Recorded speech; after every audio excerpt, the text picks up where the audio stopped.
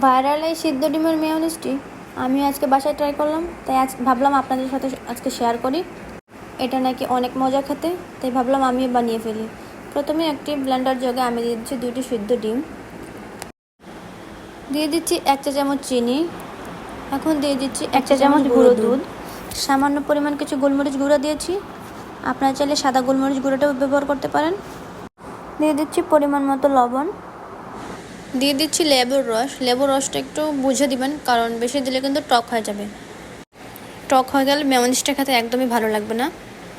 দিয়ে দিচ্ছি white vinegar. ভিনেগারটা একদম অল্প করে দিয়েছি আমি, আপনারা একটু অল্প করেই দিবেন, নাহলে ভিনেগারের খুব বেশি বাজে একটা স্মেল আসবে। একদম অল্প পরিমাণ দিয়ে দিচ্ছি রসুন বাটা, দিয়ে দিচ্ছি রান্নার সয়াবিন তেল। আমি এখানে 3 টেবিল চামচ রান্নার সয়াবিন তেল দিয়েছি।